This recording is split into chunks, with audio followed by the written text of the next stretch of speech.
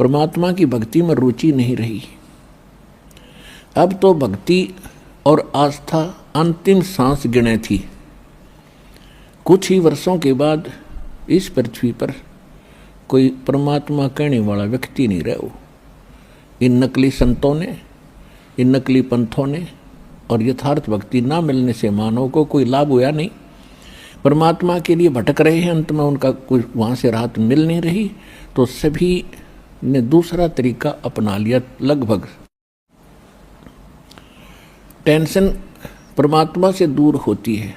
जब कर्म संस्कार बुरा खत्म हो जाएगा, टेंशन खत्म होगी, चाहे किसी प्रकार की है, रोग की है या अन्य कोई और कहानी है, कोई कारण है या कर्ज है, तो जब तक वो परमात्मा मिलेगा नहीं तो वो कर्म नहीं कटे।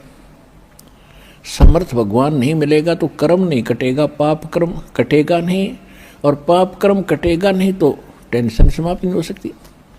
तो वो ना साधना मिली, ना भगवान मिला हमारे को, ना कोई सा संत मिला कि उस ज्ञान को बतावे और हमारे इन पापों का नाश करावे। और जो महापुरुष जिस समय वो महापुरुष हुए हैं, जिनको भगवान मिले, उन्होंने यही ज्ञान बताया जो दास आपको आज बता रहा है, और परमेश्वर ने यही ज्ञान बताया। लेकिन उस समय हम नहीं समझे उन महापुरुषों की वाणी को, उनके ज्ञान को, क्योंकि हम शिक्षित नहीं थे। परमात्मा आपको शिक्षित करना नहीं चाहता था। सतयुग से लेकर और कलयुग के 50 वर्ष से पहले तक, आज से कोई शिक्षित नहीं था, क्योंकि इस शिक्षा ने हमें अभिमानी और बेईमान बना दिया। हम अपनी टेंशन समाप्त करने के लिए जो भगवान से राहत मिली नहीं, तो हमने, किसी ने तो शराब पीनी शुरू कर दी, किसी ने धनी बनने के लिए रिश्वत लेनी शुरू कर दी, ये दूना पाप इकट्ठा कर लिया। तो जिस कारण से परमात्मा ने आपको शिक्षित बनाना पड़ा, क्योंकि इसके अतिरिक्त कोई विकल्प नहीं था आप तक अपना संदेश भगवान पहुंचा सके। ऐसी विज्ञान मालिक ने दी है ना, ये मनुष्य यही था 43,20,000 वर्ष है 4 युगों में, और 3 युग डालिए, लगभग 40 लाख 39 लाख वर्ष जा चुके एक चतुर्युगी के। तो अभी तक हम शिक्षित नहीं हुए, क्योंकि परमात्मा नहीं बनाना चाहता था आपको बेईमान, अहंकारी, अभिमानी। और ना उससे पहले कोई इसी विज्ञान बना सका जो आज बन रहे हैं। कंप्यूटर हैं, इंटरनेट सिस्टम बना दिया, मोबाइल बनवा दिए अपने बच्चों के लिए। अब ये 10 वर्ष से उड़े उड़े ढूंढा ठाया परमात्मा ने। ये गॉड गिवन बुद्धि है या किसी मनुष्य स्तर की खोज नहीं है, और परमात्मा ने इसलिए दिया कि सब बच्चे मेरे इस ज्ञान को रह रहकर देखेंगे, प्रमाणों को मिलाएंगे, और फिर चलते फिरते काम करते करते मेरी महिमा सुना करेंगे। क्योंकि हम बिजी घने हो गए, बहुत हम व्यस्त हो गए। काम तो बहुत कम हो गया, क्योंकि मशीन से सब काम हो रहा है, और फिर भी हम व्यस्त इतने हैं, समय नहीं किसी के पास भगवान की 2 घड़ी भक्ति करने का। इस विज्ञान ने चक्कर काट दिया, इस माया की हवस बढ़ गई हमारे अंदर। तो इस ज्ञान से इस माया के जोड़ने की हवस कम होगी और भक्ति की हवस जागेगी, और तब ये आत्मा परमात्मा की भक्ति में दृढ़ता से लगेगी। तो उसके लिए भगवान ने ये समय सेलेक्ट किया, और वो सच्चा ज्ञान, सच्ची भक्ति, यथार्थ भक्ति विधि आज इस दास को उपलब्ध कराई। और साथ के साथ अभी सन 1994 में दास को आदेश हुआ था दीक्षा देने का। अब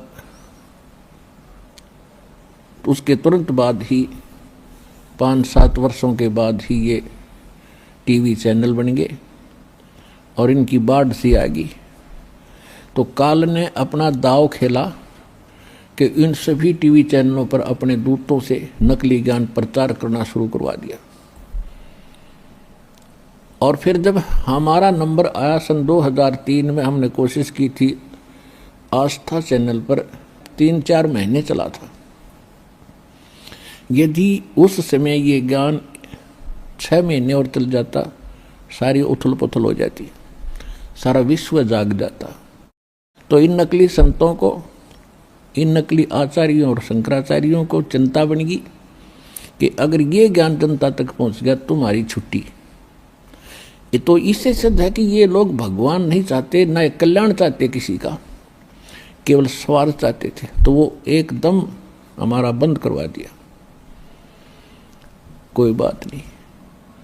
उसके बाद ऐसा कांड करवाया, क्रोथा कांड, झूठ बोल के झूठा बदनाम किया। रामपाल निंदा करता है, वहाँ ऐसा होता है वैसा होता है। उनका उद्देश्य ये था कि इसको मिटा दे और तुम्हारी पोल ना पाट जाए और जनता का कल्याण ना हो जाए। उनका उद्देश्य यही है। लेकिन उस परमात्मा का वचन है कि ये ज्ञान पूरे विश्व में जाएगा, सारा संसार भक्ति करेगा। परमात्मा के बच्चे हैं, जो हमारा विरोध कर रहे हैं वो भी भगवान के ही बच्चे हैं, वो परमात्मा के बच्चे हैं। लेकिन इस काल उनका दुरुपयोग कर रहा है, उनके कर्म बिगाड़ रहा है। तो परमात्मा ने दया करी है। देखो, पहले से भी 1000 गुना बढ़ गया हमारी संगत भी, हमारा प्रचार भी। तो ये परमात्मा का चलाया मार्ग है। उसके एक वचन से सारे ब्रह्मांड बन गए और अपने स्थान पर घूम रहे। इनको रोक कर दिखाओ वैज्ञानिक। इसी प्रकार ये परमात्मा का वचन है, उसके वचन से ये ज्ञान पूरे विश्व में जाएगा और 2 दिन आगे पीछे सबको मानना पड़ेगा। क्योंकि बहुत दिन देख लिए परमात्मा ने अपने बच्चों को तड़फते भुगतते, 3 युग दे दिए काल को, और कितना संतोष किया मालिक ने। किसी का बालक दुखी हो, माता पिता को चैन नहीं होती। अब उनको मालूम था ये दुखी हैं। सतयुग त्रेता द्वापर में भी दुखी थे, लेकिन इतने नहीं थे जितने कलयुग में हो गए। तो इस कलयुग में यहाँ तक आना था आपको लेकर के, और अब आपको वो ज्ञान देना है। अपनी शरण में पूरे विश्व को मालिक ने लेना है और आपका कल्याण होगा, पूरे विश्व का कल्याण होगा। ये परमात्मा का वचन है। अब विश्व में कोई जीव सुखी नहीं है आज के दिन, और जो साधना वो करते थे वो भी फेल हो ली, क्योंकि वो करते करते दुख आ गया आप पे, तो वो साधना ठीक नहीं। भगवान की भक्ति से दुखी व्यक्ति सुखी होता है, और करते करते दुख हो रहे, कैर टूट गए, तो वो भक्ति नहीं है, साधना नहीं है, और वो भगवान नहीं है जिसकी आप साधना करते थे। तो अब परमात्मा ने वो रजा बख्शी है कि यथार्थ ज्ञान इस दास को दिया है। और सन 1994 से लेकर आज तक लगभग 20 वर्ष हो गए हैं। तो यही ज्ञान प्रारंभ से दास कहता आ रहा है, और सन 2000 के बाद सदग्रंथों को देखा है दास ने 2001 में। तो उस समय सदग्रंथों में देखा तो जो ज्ञान पहले दास बताता आ रहा था और जो मंत्र नाम पहले से दे रहा था, वो इन सदग्रंथों में जो के तो मिले। तो और उमंग और खुशी का ठिकाना नहीं रहा कि परमात्मा इन सदग्रंथों से अगर आपका ज्ञान मेल खा गया तो आपके बच्चे आपको पहचान सकेंगे। अन्यथा यदि हम ज्ञान सुनाते रहेंगे कबीर साहिब की केवल वाणी लेकर के या इन महापुरुषों की वाणी लेकर के, ये भगत आपको दृढ़ता से नहीं मान पाओगे। फिर ऐसा ज्ञान दिखाया दाता ने, सारे वेद गवाह, सारे सदग्रंथ परमात्मा बता रहे हैं Kabir is God, Kabir is God. कौन कबीर? वो धानक कबीर, दुल्हा कबीर, जो काशी के अंदर 120 वर्ष रहे, अपना ज्ञान प्रचार भी करते थे, सारे ब्रह्मांडों का संचालन उस झोंपड़ी में बैठकर करते थे और हमें ज्ञान भी देते थे। वो प्रत्येक युग में ऐसी लीला करते ही करते। तो अब परमात्मा ने इस काल से कहा था प्रथम सतयुग के अंदर जब परमेश्वर ने देखा कि सब जीव दुखी हो गए, हाहाकार मचा है, हम जब से इसके काल के लोक में आए हैं, हम उस सुख को भूल नहीं पा रहे जो हम छोड़ कर आए थे। लेकिन हमें वो पता नहीं वो है कहाँ। इसने इतनी भूल डाल दी कि वो है कहाँ। वो सुख हम यही खोज रहे हैं, इस नमक की बोरी में, इस नमक की मंडी में हम बूरा का टेस्ट खोज रहे हैं। और बूरा और नमक की एक जैसी शक्ल होती है, देखने में एक जैसा होता है, लेकिन उसके टेस्ट में दिन और रात का अंतर होता है। तो ये काल भी भगवान है यहाँ का। यहाँ की व्यवस्था हम देखते हैं, जैसे दिन रात बन रहे हैं, शीतल हवा चल रही है, फलदार वृक्ष है और जमीन में पानी, बड़ा सुंदर जल है, मीठा है।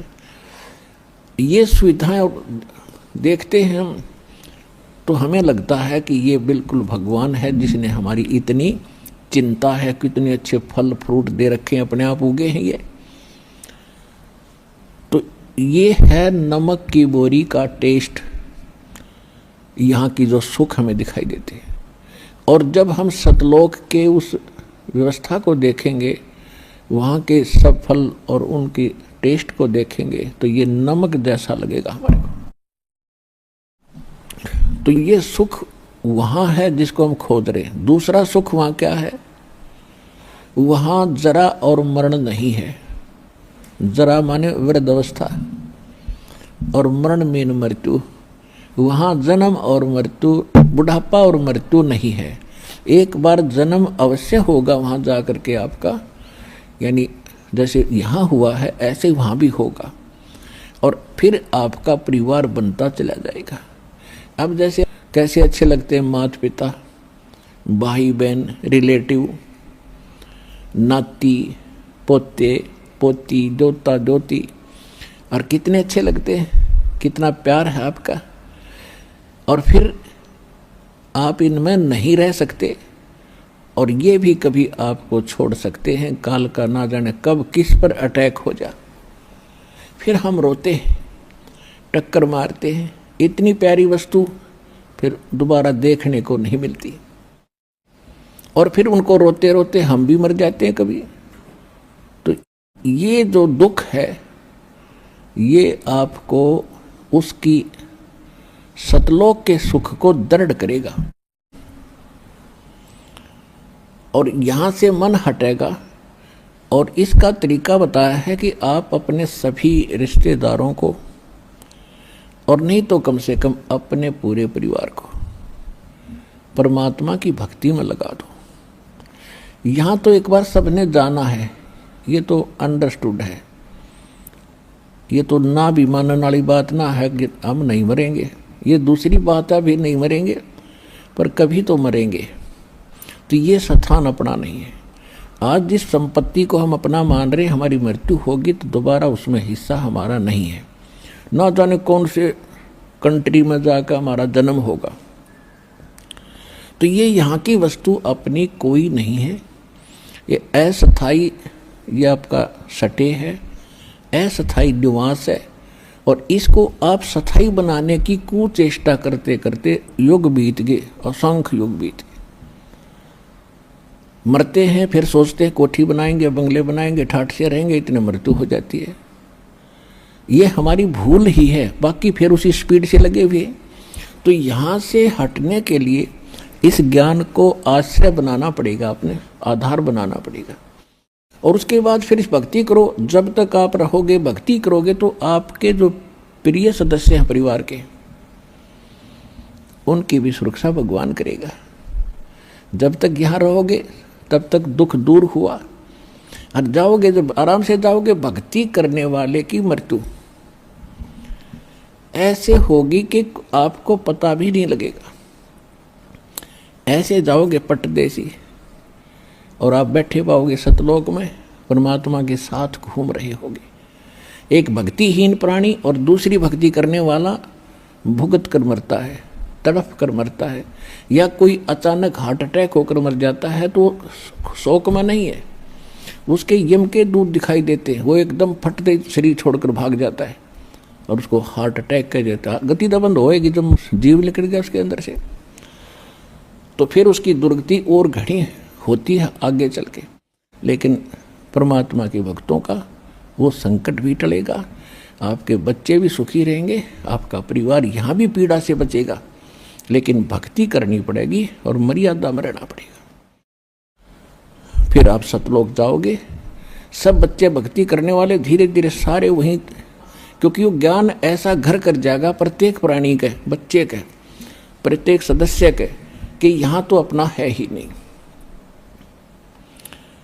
और एक ध्यान रखे, कोई प्राणी मर रहा हो सदस्य घर का, यानी शरीर छोड़ रहा हो भक्त, उसको याद दिलावे कि यहाँ संसार की इस किसी भी वस्तु में आस्था मत रखिए, नहीं तो लटक जाएगा फिर वापस।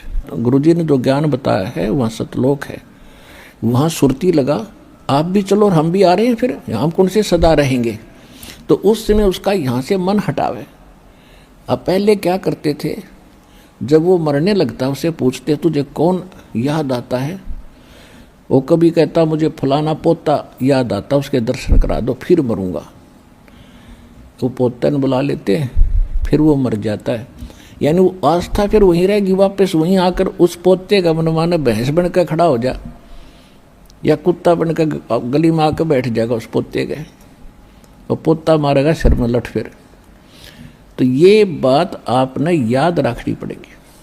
ठीक है, जब तक आपका संस्कार है प्यार से रहो, और इनको भी भगवान के बच्चे जानकर उनकी सेवा करो, अच्छा मार्गदर्शन करो, प्यार से रखो, बुराइयों से बचाओ और भक्ति पर लगाओ। ये आपका परम कर्तव्य बनता है। अब जो प्रसंग चल रहा है कि काल भगवान ने परमात्मा से एक वचन लिया था। परमात्मा ने जब देखा कि यहाँ जीव गणे दुखी हो गए, किसी की टांग कट रही है, किसी की माँ मर गई, किसी का पिता मर गया, कोई किसी कष्ट से दुखी है, कोई किसी कष्ट से दुखी है, कोई गधा बन गया, कोई कुत्ता बना दिया। ये परमात्मा को आपकी जो पुकार वहाँ मालिक के चरणों में पहुंची, हाहाकार मची। अब जैसे हम भी बेसिक श्री विष्णु जी के पुजारी था ये दास, श्री कृष्ण राम का और हनुमान जी का, और फिर भी लास्ट में न्यू कहा करते, कोई आपत्ति आ जाती, हे सच्चे भगवान, हे सच्चे मालिक। यानी इनसे हटकर वृत्ति कहीं और जाती थी सच्चे मालिक पर। हम उसको अब पता चला ये सत साहिब जिसे कहते हैं यही है वो सच्चा मालिक, यानी रियल गॉड, वास्तव में परमात्मा। अब पता चला वो सच्चा मालिक कौन है, और वही सब दुख निवारण करने वाला है। तो उस सच्चे मालिक ने हमारी पुकार सुनी। तो परमात्मा प्रथम बार जब इस काल की सृष्टि में आए, तब इस काल भगवान ने परमात्मा से विवाद किया था, क्योंकि परमेश्वर अपने पुत्र जोगजीत के रूप में थे। तो उसने, काल ने ये सोचा कि ये जोगजीत आया है तो परमात्मा का कोई संदेश लाया होगा। ये यहाँ का जो भगवान है परमेश्वर से बहुत डरता है, कबीर भगवान से, उस सच्चे मालिक से। जैसे गरीबदास साहिब जी ने अपनी वाणी में कहा है कि काल डरे करतार से, जय जय जय जगदीश, और जोरा जोड़ी झाड़ता पग रद डारे शीश। तो ये उस परमात्मा से बहुत डरता है। अब उसको ये पता लगा कि जोगजीत मेरे लोक में आया है तो कोई बात विशेष है। तो उसने पहले कारण पूछा कि जोगजीत, आपने मुझे वहां से निकाला था, आप सृष्टि रचना में पढ़ते हो, परमात्मा ने जोगजीत के रूप में आकर इसको वहां से 21 ब्रह्मांड सहित अपने सतलोक से निष्कासित किया था।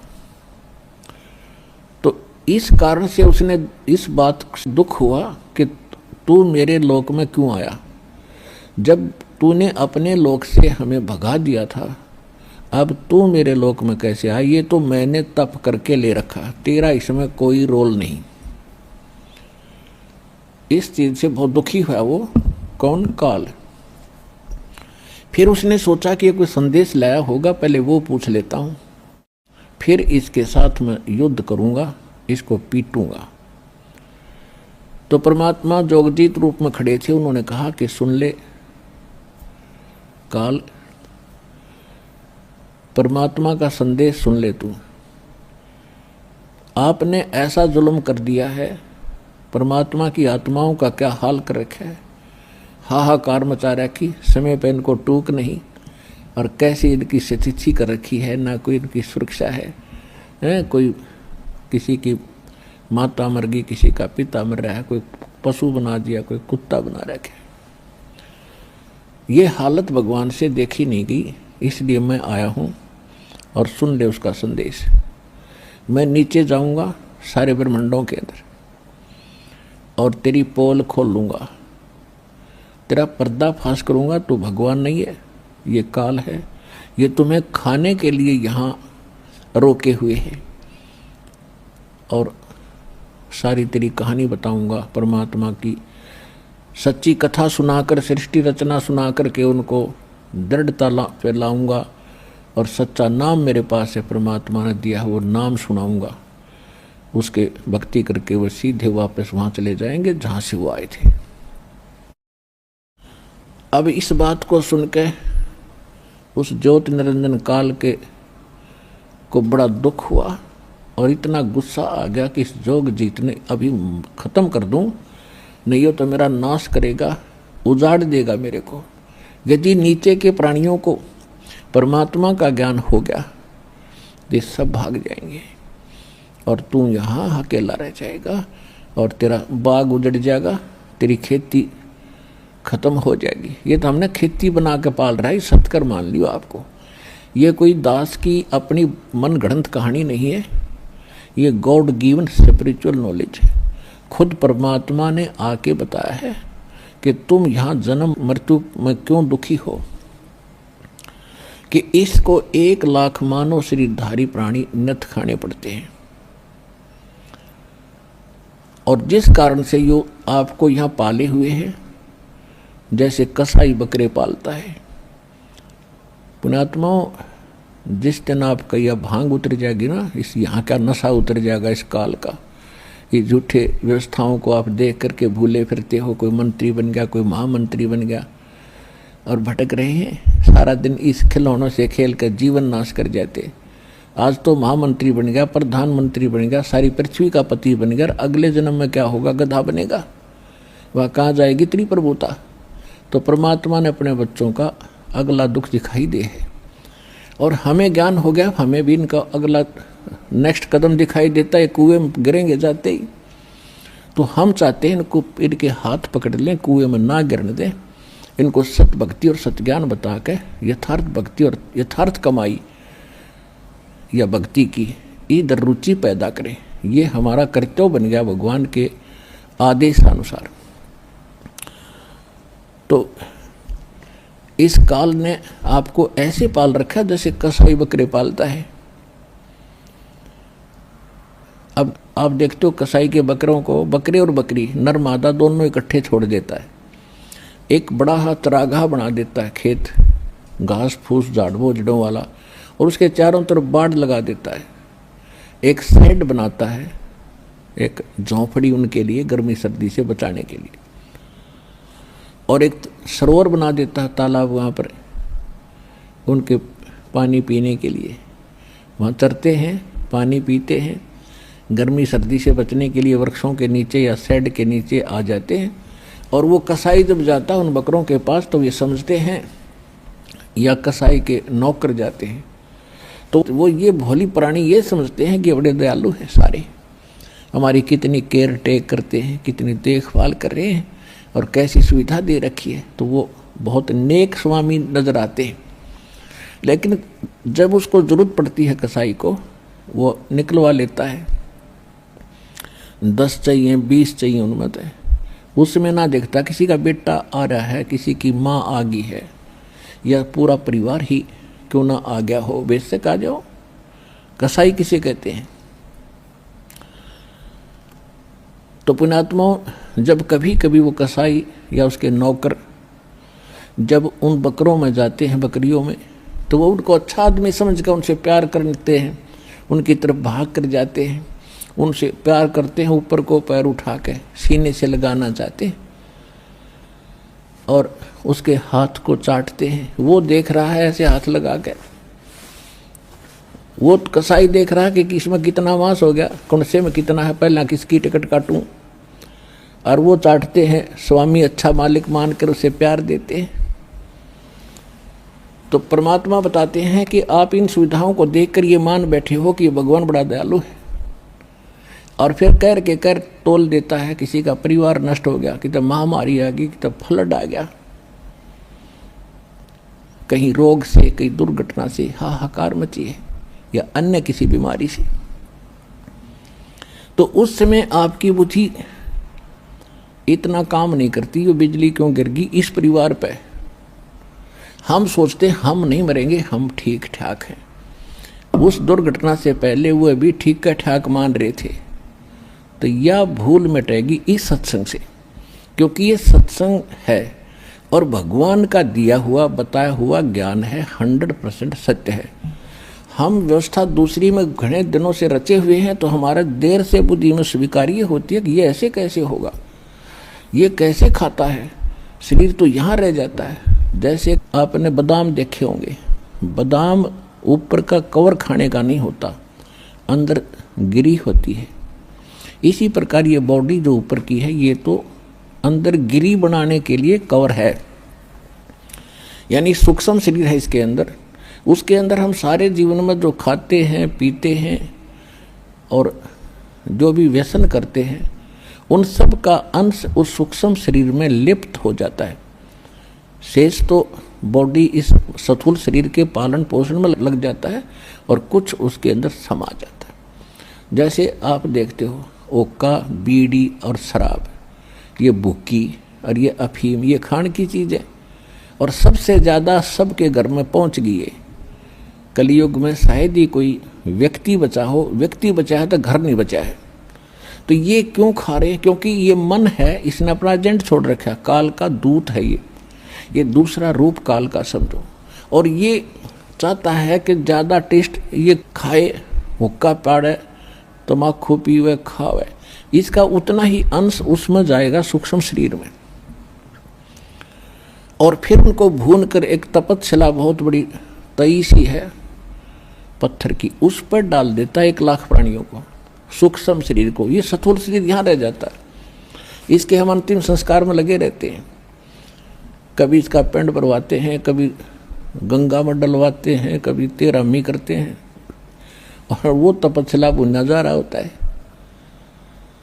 तो फिर उसमें से जो गंध निकलता है, उन सूक्ष्म शरीर को भून कर, जीव मरता नहीं सूक्ष्म शरीर में, लेकिन दुख घना होता है, उसको ये काल खाता है, जिस कारण से आपको यहाँ ये पाले बैठा, रोके बैठे।